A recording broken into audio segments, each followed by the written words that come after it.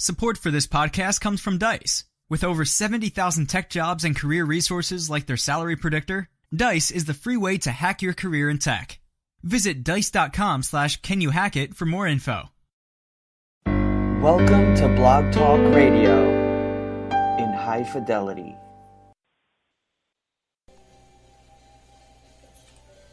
You are tuning in to a Goldilocks Productions presentation of the Quantum Path Radio Show with Dennis Anderson. Dennis is a psychic medium, a hypnotist, and spiritual teacher. He has had a gift to perceive the subtle energies from an early age, turning off the gift at the age of 20 to live life, love, and understand human behavior. To have it reawaken again during his late 30s due to a calling that was loud and needed to be answered, Dennis was urged by Spirit to learn more, grow more, and share his gifts that others can benefit by exploring their own unique abilities. Call in now if you would like to speak to Dennis.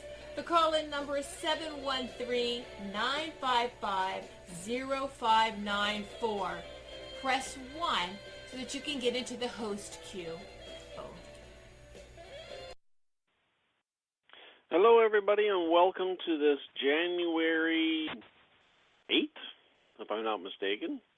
And once again, you're with me on the Quantum Path Radio Show. And I just finished, let's put it this way, I just finished a psychic fair over in Kitchener, and it was, let's put it this way, it was interesting. And it's always neat, though, because of the fact, like, there's always somebody there that you always meet and you touch upon and you help to, I guess you could say, see something in their own life that they maybe never seen before. And that's kind of the cool thing about sometimes the work that we do. And I hope everybody out there, well, first of all, that had a good weekend and had a good week last week. This is now our second week of January. And I hope everybody's been gearing themselves up for some new things that are happening. I know that up here in Canada, let's put it this way, we had more snow today. Yay. Yippee. You know, like, I know that us up here in Toronto, we've been kind of spoiled over the past while. Like, let's put it this way, you know, like usually the snow kind of has a tendency to start leaving us fairly soon, but unfortunately it hasn't left us yet. So it looks like we may have some more snow coming on its way. And the interesting thing is that you never know what's going to happen, I guess you could say, for this coming year in regards to many different things. And the thing is just, you know what, weather the storms, and that's half the thing. And sometimes when it gets stormy out, or if it gets snowy out, or whatever, well, maybe it's a good time to stay indoors and, you know, crack open that book or whatever that you've been looking at. I'm a firm believer that you should always be learning. You should always be trying to grow yourself one way or the other. And when you do, you will expand in who you are. I know that, like, that's the beauty, I guess you could say, of certain things that have happened in my life. My mom and dad, let's put it this way, I wouldn't say that they were, you know, super well educated, but they were very intelligent people, let's put it that way. My dad or whatever, like back in the, I guess, well, he was born in 22, and then he passed away quite a few, like, almost about 10 years ago now. But the thing is, though, is that with him, he was always reading. He was always looking at something, always learning about something new.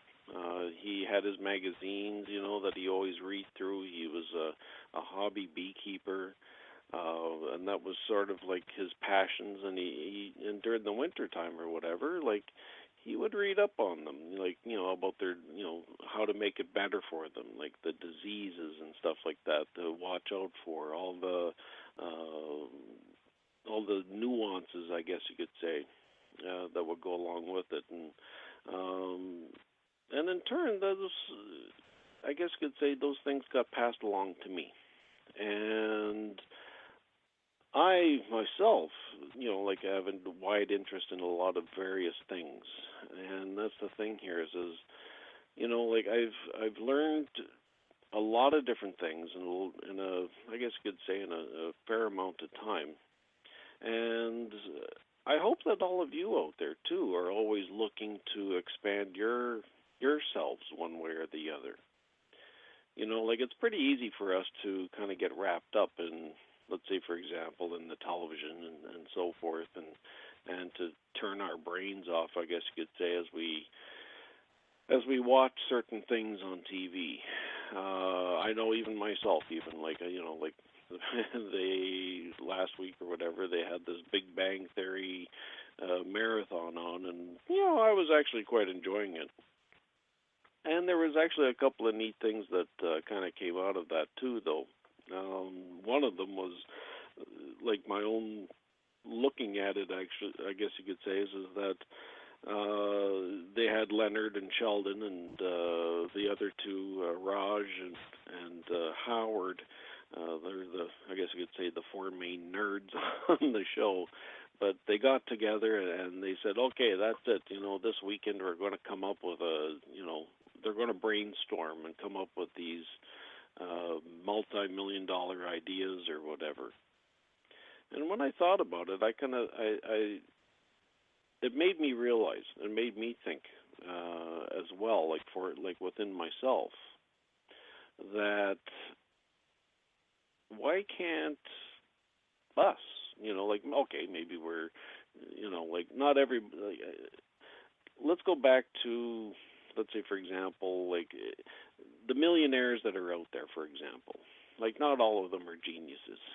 Actually, very few of them are. Most of them have barely eked out a living in college. And the thing is that you are all capable of having that $1 million idea. But what have you done to actually try to put it out there? See, a lot of it comes down to actually writing down your thoughts and your ideas. And that's where journaling comes in. And it's a very healthy practice, actually, to kind of get into. It's a wonderful way to explore, in a lot of ways, who you are, especially when you reference back maybe from years previous, and I've done that myself. But if you put out there and even kind of say, okay, I'm going to come up with 10 ideas today, and you do that for a while, you're creating a mindset of, I guess you could say, whether it be a success or something like that, or of creativity. And I'm not saying that you're going to go out there and create that $1 million idea if you don't want to. Not everybody wants to become that entrepreneur, and that's okay, and I get that. But maybe there's something else in your life that you do want to create. Maybe it's that you want to manifest, let's say, for example, that job, or that you want to manifest that perfect mate or that companion. And write it down. Write down the things that you're interested in. Write down the qualities. Don't get overly specific, because you don't want to shut out certain opportunities either.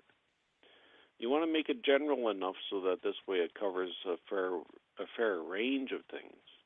But you also want to make it specific enough so that this way it actually makes your soul happy, per se. So as you're writing them down, put your focus into it. And there's another thing, too, that goes along with it as well, is putting your emotions into it. When you put your emotions into your wants, your desires, your needs, or your focuses, what ends up happening is you're actually giving it, like I said, I like to look at it like a rocket of intention. And you're giving that rocket an extra boost of energy, or an extra boost of fuel, so that this way it gets higher and faster. I've seen a lot of things be created this way, and that's the beauty of it. Even for myself, like I've put it out there, and sometimes I have to remind myself to kind of get back into that habit. And this is a perfect time of year to do it. Get into these good, healthy habits again. Get into the, like the micro habits to try different things, to do different things, to explore different things. You never know where those paths will actually take you, and that's the beauty of this. Like I was saying, when I was out in the psychic fair, I connected to quite a few different people over the course of the 3 days. Basically, it was Friday night, Saturday, and Sunday. And it was actually really kind of interesting. I had one young lady, very nice, but you can tell, like there's some trouble in her in many ways. But the thing is that what ended up happening is she kind of went around to all the other psychics and mediums, I guess you could say, that were there. And she didn't really resonate with many others. She came up to me because I was doing my aura photography at that time. And so she asked me a few questions, wondering, like, okay, well, what is it that I do and so forth. I gave her my usual, I guess you could say, my let's call it the elevator talk, like where it's, it's a quick blurb about what you do. And so she decided to sit down with me, or she came back actually, and then she sat down. She goes, yeah, I kind of wanted to talk to you. The interesting thing, though, is that as I do these aura photography shots, it's not just about the chakras and the energies of them. Sometimes I do pick up on other things that do go along with that person. With her, I did feel that, let's put it this way, she wasn't living up to her potential, that certain things were holding her back. I won't get into the specifics, just because, like I always want to keep their privacy private. But the thing is that as I connected to her, like she did convey to me certain things that her challenges. And I, in turn, like during our, I guess you could say our 15-minute discussion, I helped her to release them. And that was, I guess you could say, some of the beauty of these things that does occur at, let's say, for example, at a psychic fair. She ended up getting up, I guess you could say, and leaving because, we were done. And she thanked me afterwards to say, like, you know what, thank you very much. I think I picked the right person today. And that in itself is more than anything when we do this type of work. Like that gives us, I guess you could say, the meaning and the will that even though that sometimes we do question sometimes our paths, that it will give us that reinforcement to make certain that we just keep going on with our path. And that's the beauty of that. Then there was another lady who came up, lovely person who's kind of one of my regulars, I guess you could say, in some ways. And lovely lady, actually, but she was a grandmother, and she was basically put in charge of her granddaughter. 11 years old this young lady was. And the grandmother expressed to me about some of her concerns, I guess you could say, like even with her own daughter, and and the fact that her daughter was struggling with certain things, and that's why like she had custody, I guess you could say, of her granddaughter, and she was struggling, I guess you could say, with certain things as well. with her own daughter's, I guess you could say, issues with mental illness and so forth. I'm not an expert on mental illness. I'm not a psychologist or a psychiatrist. I just watch patterns very well, and I guess you could say I have an ability to kind of see certain things. And in turn, I ended up helping her too with, I guess you could say, helping the grandmother to realize that, you know what, things are going to work out, things are going to be okay. But it's not so much about her, that it was actually, it's time for her to focus on the well-being of her granddaughter. And that her granddaughter even was actually very strong, was a very strong-willed person. The thing is that what I did feel, though, is that she needed some reinforcement. Reinforcement that, you know, she wasn't going to become like her own natural mother because of the mental illness. And those are worries that, you know, when you think about it, can affect a child for many years afterwards. It got to the point, actually, where the grandmother actually sent her granddaughter over to me so that this way I could talk to her. And that was something that, let's put it this way, was, as far as I'm concerned, is really is a gift. And that really touches your own heart in many ways. When somebody can, I guess you could say, trust you enough to convey a message to somebody that they care about and that they love, that they want to protect. And as I even think about it now, I'm actually getting kind of emotional about it, because that puts a lot of trust in me, and I'm very grateful for that. But I'm also very aware, too, that that is a very, you know, I'm going to be very seriously considerate of that trust that was placed in me. I'm not going to give any advice or whatever that is not going to be in the best interests of that person. And when you get that, you know, like, you hang on to that.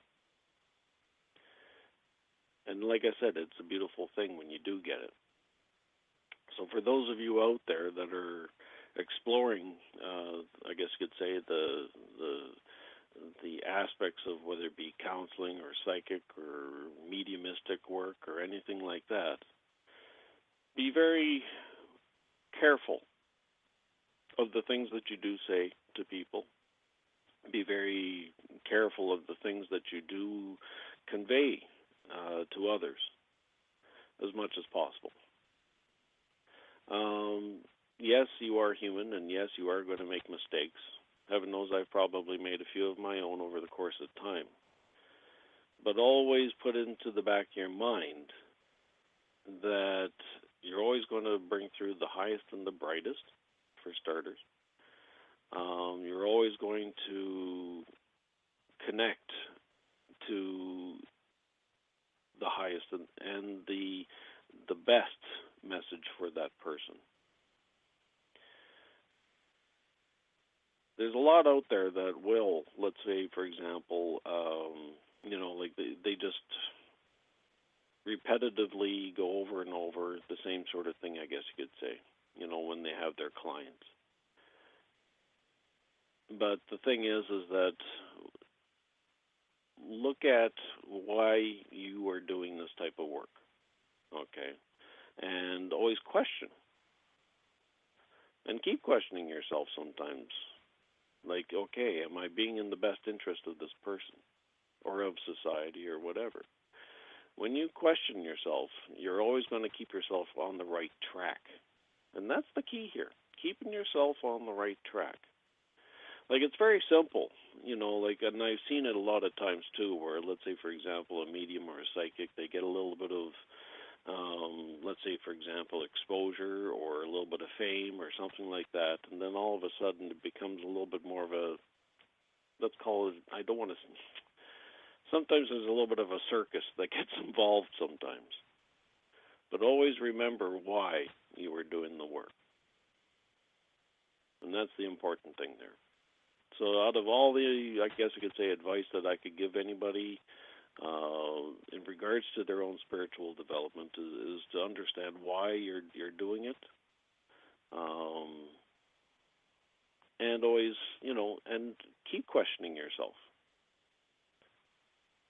Keep being skeptical about the things that you're getting. And always look for the highest and the brightest within yourself to share with somebody. Okay? So, on that happy note, let's get our first caller, 724, if we could, please. Hi, how are you? I'm doing very well, thank you. And how about yourself? I'm doing well, thank you. Good. So, who am I talking to, and what can I do for you today? My name is Kristen. Okay, Kristen. And so hi. What can I do for you? I was seeing if you could see anything about my love life. Okay. Let's see what we get here for your love life. I'm just going to give the cards a quick shuffle as well, as I kind of tune into you and just kind of feel what's going on there.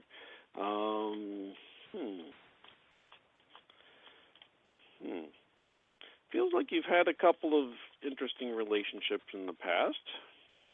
It's interesting to say the least. And the thing is that what I do want to say is like, don't ever, or what I want to say actually is don't let the past jade your future. Okay, and that's the thing here. So in other words, don't hesitate to be vulnerable a little bit. Okay. That seems to be my problem. There is somebody, but yeah. I won't let my guard down. So. And that's what I'm kind of feeling around you too. So the thing is that okay, letting your guard down comes from trust. Okay, and in trusting of that possible suitor that's there. I get a suitor. Listen to me. It sounds like I'm from the 1800s. But the thing is that let's put it this way. The thing is that yes, it comes down to the trusting of the person that you're looking at as your future companion here. And the thing is that for him to open up as well, he needs to kind of see that you're willing to be open as well too. So that's what I said, don't let your past, like I said, jade your future here. Okay, start off slow. Like I'm not saying like for you to sit there and just open right up and say like, okay, here I am. Like take me as I am, sort of thing. And because that's scary. You know what I mean? So, well, this has been slow. This has been going on for a while. So we're both kind of at that point where we're kind of waiting for the other one to make the move. Yeah. But you can start yourself, by taking those small steps. And what I am kind of getting here is that, yes, for you to start taking those small steps of opening up, talking about, let's say maybe certain feelings that you are having, and test the waters that way, okay? Because as you start to open up, it feels like he's going to wanting to start to open up himself, and in turn, there's going to be an opening of communication lines between the two of you. Because that's, in essence, is what's got to happen here, is that the communication lines do have to open up. So what I kind of want to say is that I do think that is going to happen, and I think there's going to be some interesting things are going to start to kind of come out of it. But like I said, you got to kind of, take a little step at a time, sort of thing. And even if it's like over, let's say, for example, like when it's over, let's say, a coffee or something like that, and just. Well, I mean, he's at my house all the time. That's what's so funny about it. I had a baby with somebody else. But he's like, the baby's dad's not around, but he's been around since I was 5 months pregnant. And I was seeing him before I met the baby's dad. And he came back when I was pregnant. So we have like this relationship, but it's not labeled a relationship, and it's just the most bizarre thing. Yeah, because there's a I guess you could say there's almost a comfortableness about the relationship. Like I said, like you're comfortable in the current status quo, right? Yeah, because I can just say go away at any time I want to. Exactly, and in turn, he could kind of do the same, Yeah. of thing. But the thing is, but neither one of us have, which is what's funny. Exactly, because there's an interest there. There's a common interest between the two of you. And the thing is that he feels that too. And in some ways, he's a little bit, like I am kind of getting, that he is a little bit nervous. He is a little bit hesitant, I guess you could say, although sometimes you do have to take that step. Like I say. Well, there's a lot to this situation because he still does live with his children's mother. He's still in the house with his children's mother. Oh, okay. Well, there's a whole lot going on. Yeah, and I get that. But, and the thing is that what I am kind of getting though is that there is going to be some changes here for him. Because it just feels like there is going to be something kind of going on there. And it feels like there's something going on there right now. I don't think he's fully aware of certain things yet. It just feels like he's having some rocky moments right at the moment is what I'm kind of getting here.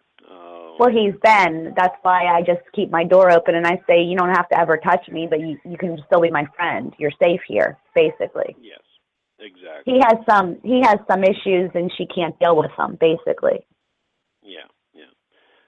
I do, let's put it this way, I am kind of getting some movement here. I am getting, things opening up. I am seeing some long-term possibilities out of this. It's just that there's just a lot of confusion in between there yet. The thing is that start off by being a little bit more open, a little bit more, like talk about your feelings a little bit here and there. Like I said, I'm not saying like to open up your heart totally, but it's, take the steps, little steps first and see how that feels. And see, where that takes you. Like you don't want to push him either because obviously he's got some things going on too. You know what I mean? That's what I'm trying to do. Like I can read people too. Like I'm empathic and stuff. But he had some walls, and I finally broke through some of those. Yeah. Well, he's still got a little ways to go, sort of thing. But I do feel that he will. And like I said, there's something between the two of you that seems to be very special in some ways. That's what I had 3 dreams about him 3 nights in a row before he showed back up. Yeah, there's almost like a little bit of a soul connection between the two of you, to be honest with you, is what I'm kind of getting. So the thing is that, but even if there is that soul connection, you still have to live your life here, sort of thing, like in this planet sort of thing, right? Right. So, therefore, there's still the emotions and the everyday things going on sort of thing. So, like I said, just take it little steps at a time, open up a little bit. I think he's going to open up a little bit as well. And then slowly but surely, I think things are going to start to happen. It's just a matter of, for him to, like I said, he's got a lot of stuff going on too there. So he's got, he's got stuff that he's got to take care of too.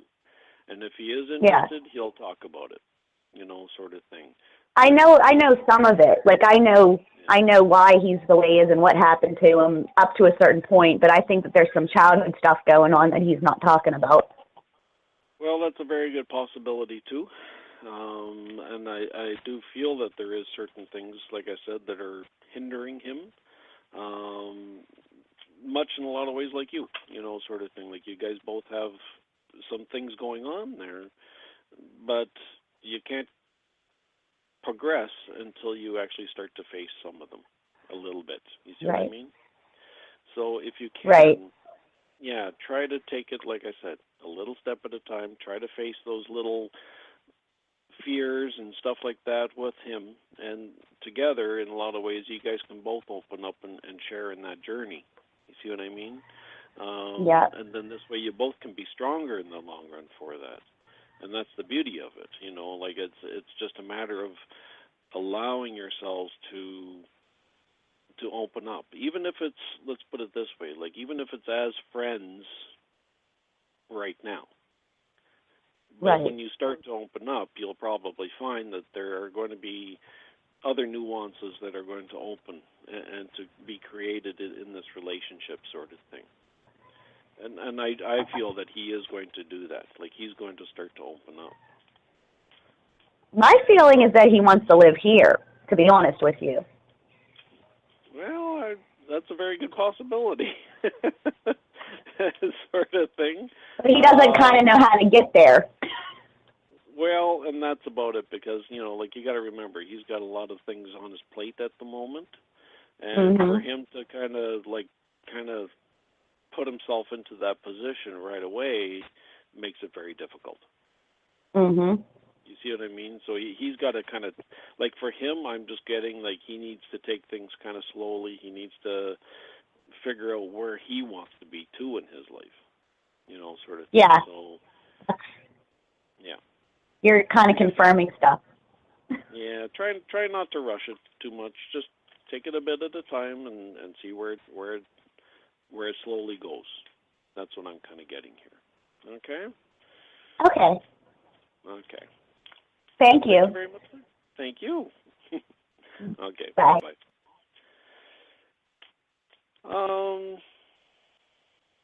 Interesting. That's an interesting call. And that's the beauty of these things sometimes, is that, whenever you're dealing with two people, whether it be in a relationship, whether it be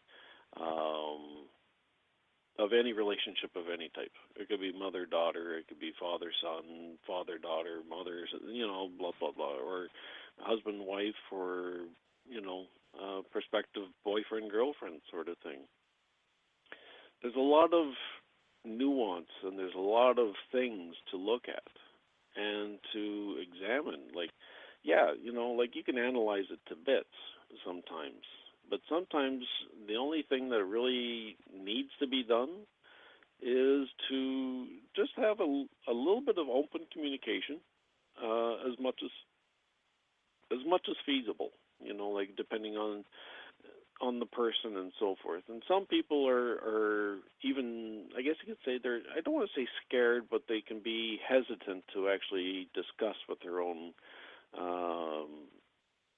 with their own spouses, even, for that matter. And because they're afraid of the judgment that can come from that. And it makes perfect sense in a lot of ways, because we never want to disappoint our mates. We never want to disappoint the people that we're with. But yet, and we get scared of that, especially now, too. Like, when you look at, let's say, for example, divorce rates amongst couples, I guess you could say, within the United States, North America in general, like, it's approaching, I think, around 50%. So that's one out of every two couples that go on to basically a failed relationship or a failed marriage. I myself have been around that block. And the thing is that I know that when I was younger or whatever, that, like, it was, I guess you could say, my own maturity in some ways, and the maturity, I guess you could say, of the person I was with at that time. But that's where having that open and honest relationship, but also being vulnerable and being able to be open, I guess you could say, to sometimes it may feel like a criticism, but if you can stand back and look at it from almost like a third-party perspective almost, and kind of say, like, okay, am I working out of my best interests for myself but also for the other person that I'm with. You see what I mean? Like you have to weigh both things in a lot of different ways. Like you have to be able to weigh what's right for you, because that's important. And you should never, ever put yourself on the back seat. But you also have to weigh, what's right for the relationship as well. And being able to kind of say, okay, well, am I in alignment with the, I guess you could say, the overall happiness of the couple? And that's very difficult, and sometimes, especially, and sometimes you do have to make some sacrifices as well. Excuse me, I just had to take a drink of water there. I talked way too much here over this past weekend, and makes your throat dry. So if you ever get a dry throat, have some tea with honey. It works very well. But the thing is, though, is that always try to, there's a lot of things that you have to balance here. Like I say, you're weighing what's right for you, you're weighing what's right for the relationship, and you're weighing what's right for a lot of different other factors, even especially when there's kids involved as well. So what I'm trying to get at, though, is that, it's not an easy thing. But the best thing that you can do, though, is to keep that line of communication open as much as possible. Trying to be honest with yourself, try to be honest with your mate.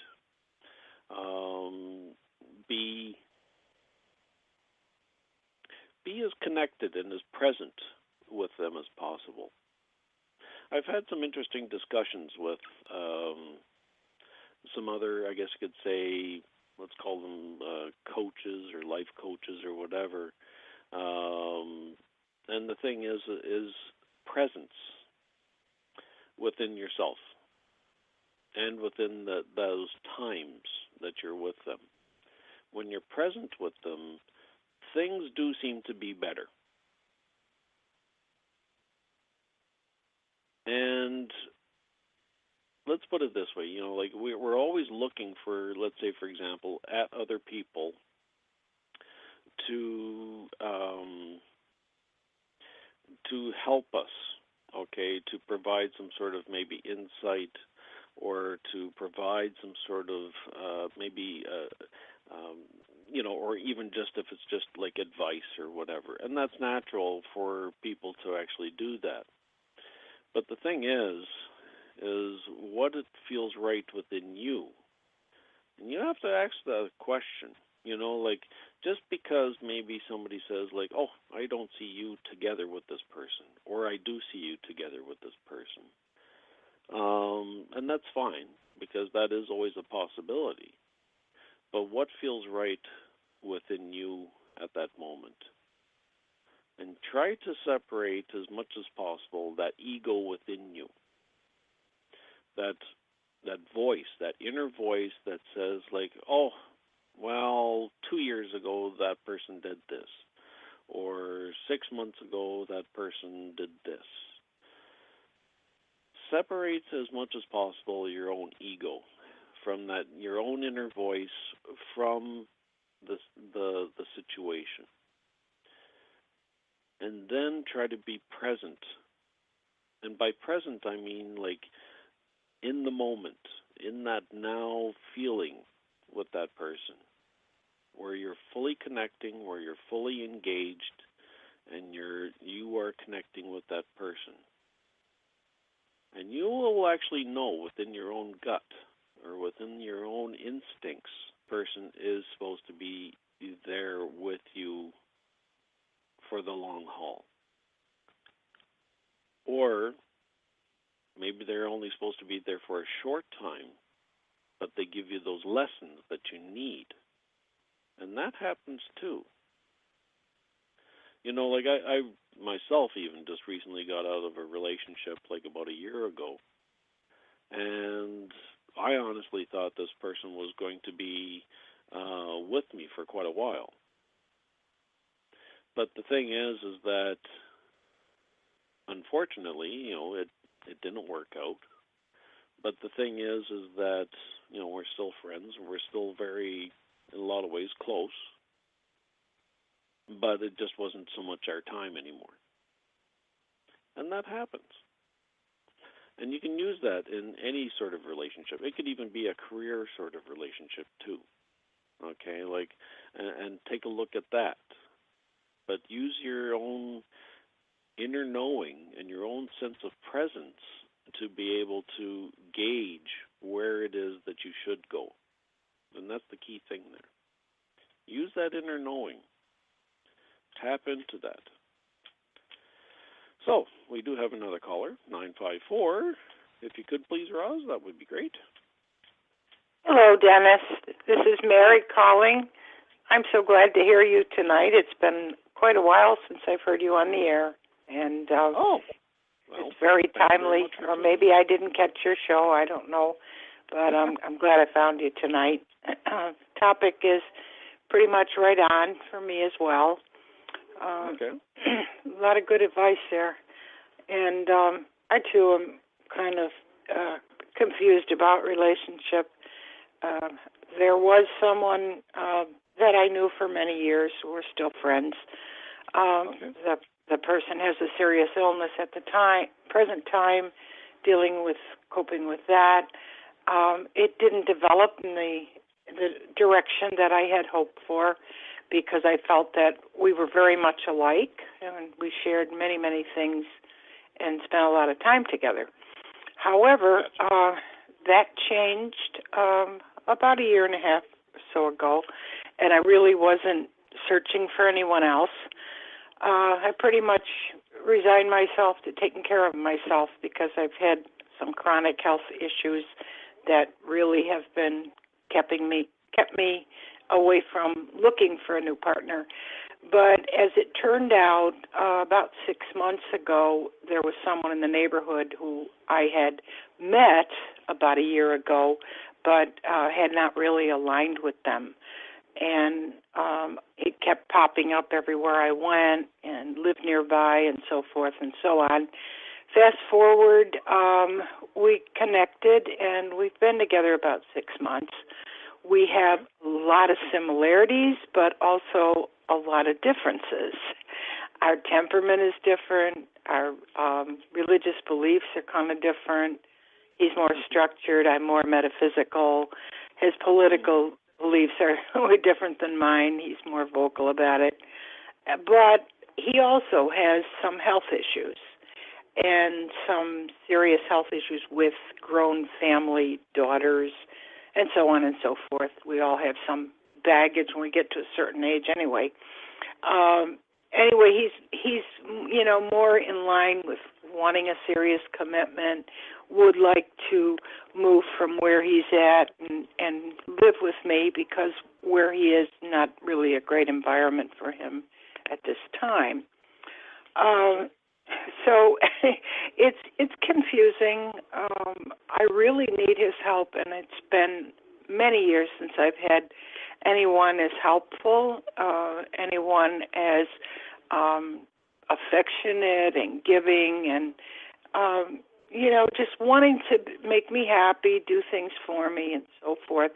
And it's foreign to me, because I kind of grew up not getting that from my father so much, and I know it relates to that a lot. Maybe I was just comfortable with another person because I didn't have to, do anything to keep them or whatever. But this is totally different. It, in a way, it's fatherly. The person's a little older than I am. And I can't say, I think I was madly in love or anything, but there's a certain soul feeling, connectedness, that we need each other, and that we're on the same path trying to help each other, and we're both very alone at this time. So, I'm trying to weigh all these things. And if he does something that maybe annoys me or whatever, I'm trying to overlook some things. Maybe at times he might be a little critical, or like you were saying, try to step out of, your comfort zone, listen to what they have to say and so forth. So I'm just wondering what your take is on it, what you pick up maybe psychically about this relationship. Okay. Well, the first thing that I am kind of getting here is that in a lot of ways you guys are very much connected. And as you were talking or whatever, I did put down some cards and stuff like that I was, just because. But before that, I was actually kind of getting though too is that, like there's a certain, I guess you could say, aspect of you being, I guess you could say, I don't like to use the word scared, but there's almost a little bit of that hesitancy or whatever that's in you sort of thing. And I actually want to say is in a lot of ways too is that, okay, well, what is it that you're scared of? You see, the thing is that sometimes we're going to look at, let's say, for example, like a relationship or whatever, and we see somebody, and yeah, there are going to be differences. Sometimes. And yes, they can be political, and sometimes they can be very polarizing from one thing to, from one point to another sometimes. And that can lead us, I guess you could say, to moments where we kind of like, oh, okay, is this right or is this wrong? Yeah. But let's say, for example, before we even go any, let's say, into specifics or anything like that, how does he actually, let's say, if you take a deep breath and close your eyes even right now, do you feel that connection with him? You see what I mean? Yeah. Well, at times I feel very close to him, and I feel like absolutely connected with him. And other times, sometimes he has trouble focusing or being distracted. And I'm trying. Yeah, I don't know if it's part of his persona, or if it's medication that he's on right now for health issues, or what's going on. And he had kind of scared me a couple of days ago. He almost passed out, and I got really scared. And we both go to the same doctor, and we're not real happy with him at this moment. And, I'm trying to encourage him to ask more questions and be more diligent, of course, about it. And then it worries me because I took care of two very seriously ill parents in the past. Is he going to help me, or am I going to end up taking care of him? That kind of worries me, too. And then the both of us are going to be, like, hanging on and struggling. Well, the thing is that and that's actually very valid points and stuff like that too. The thing is, though, is that like those are things that like you have to have maybe an open, honest kind of discussion. Once again with them, like have those conversations sometimes, and then say like, okay, let's say and you can even say it like and put it on yourself too, and say like, okay, what happens? Let's say, for example, like, are we prepared that if something happens to one of us, not just you, but even myself? Yeah, we talk. Do we have things in place to so that this way we have, so that we're both cared for one way or the other, or in, heaven forbid or whatever, knock on wood, that maybe both of you have an issue at the same time. Yeah, that's scary for me. The irony of it is, Dennis, is the other person that I had my focus on for so long, really was never sick, was actually taking care of other people, and that thought didn't ever cross my mind. And it was a great shock when I found out this person was very ill about a year ago and continues to get treatment right now. And that never crossed my mind because the person seemed, pretty strong. I mean, he didn't seem sickly or anything. And I never thought about anything like that. And then this turns up then I seem to be, needing more help. And he is energetic by nature, more so than I am. But now with all this medication, I don't know what it's doing to him. And, that particular episode really scared me. So, I don't know what to do. Neither one of us are financially in that great a shape. It's not like, say, well, we both, have these people who will help us out. Other family members have their own health issues, so they're not going to jump in and help us. Gotcha. So we know that we're kind of in the same boat. Gotcha. And I don't know. It's very complicated, and I would like to think, I can be supportive for him, and he said he would help me, with everything, and he does. If I need to go to the doctor, he's right there. He takes me. If I need something from the store or whatever, he probably caters to me more than any man that I've had a relationship with. He looks out for me, and this is most unusual for me. On the other hand, he is quite possessive. He don't want to lose me, and so forth. Yeah. Well, and that's, sometimes that's a little bit of a guy thing, too, in some ways.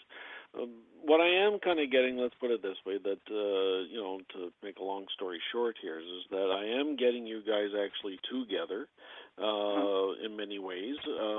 But I'm not going to lie to you, though, is that, yes, there is going to be, there is hard work there, okay, amongst both of you, shared sort of thing. Right. Because I do see that, let's put it this way, there is going to be some I don't want to call it struggle, but it does feel like there is some hard work. And even the cards are actually kind of telling me the same sort of thing.